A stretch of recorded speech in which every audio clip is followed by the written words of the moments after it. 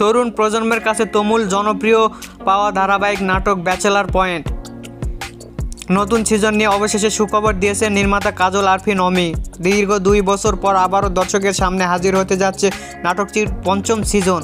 বৃহস্পতিবার 17 এপ্রিল বিকেলে নির্মাতা কাজল আরফিন অমি তার ভেরিফাইড ফেসবুক পোস্টে এ তথ্য নিশ্চিত করেছেন।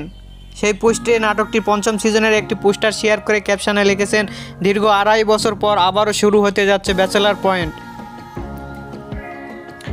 নাটকটি প্রচারিত হয়েছিল 2018 সালে, তবে নাটকটি যাত্রা শুরু হয় 2017 সালে। একঝাঁক তারকাকে ঘিরে গড়ে ওঠা এই ধারাবাহিক খুব অল্প সময়ে দর্শক মহলে বিপুল জনপ্রিয়তা অর্জন করে। বিশেষ করে নাটকের কাবিলা, পাশা, হাবু, শুভ, রিয়া, নাবিলা, শিমুল, শিরিন, বুরহান, জাকির ও অন্তরার মতো চরিত্রগুলো হয়ে উঠেছিল দর্শকের নিকটস্থ।